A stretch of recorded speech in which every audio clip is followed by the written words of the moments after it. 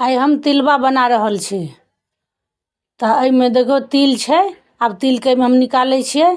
आई के अब हम भूजे जेबे। अब एहिमे गुड़ हम सेहो निकाल ले छिए। अब तिल के भूजे छिए। लोहिया गरम भ जात निक से तखन तिल के भूजबे। हम बेसी के लालो नहीं करबे। तिल के अब निकाले छिए। अहिना भूज लेब, ज्यादा लालो नहीं करबे तिल के। अब एहिमे हम गुड़ के पाक बनबे छिए। पानी ध देबे, कमे का पानी देबे।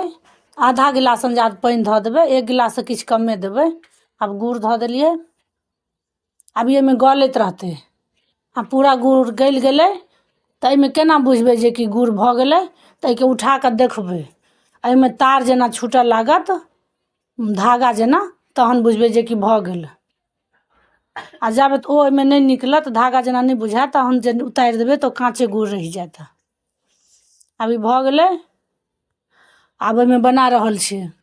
में तिल ध के मिलबैत रहबे। अब तिल के निकाल देलिए। ये सबटा मिल के तैयार भ गेले। अब एहि के बनेबे। तो गरम छै तो एहिमे पानी लगा लगा के बनेबे। एहिमे सब रंग के डिजाइन बना सके छी। ई लड्डू जना गोल बना सके छी, जेहन डिजाइन मन हुए तेहन बना सके छी। ई वीडियो पूरा देखलहुँ ओहि के लेल बहुत बहुत धन्यवाद।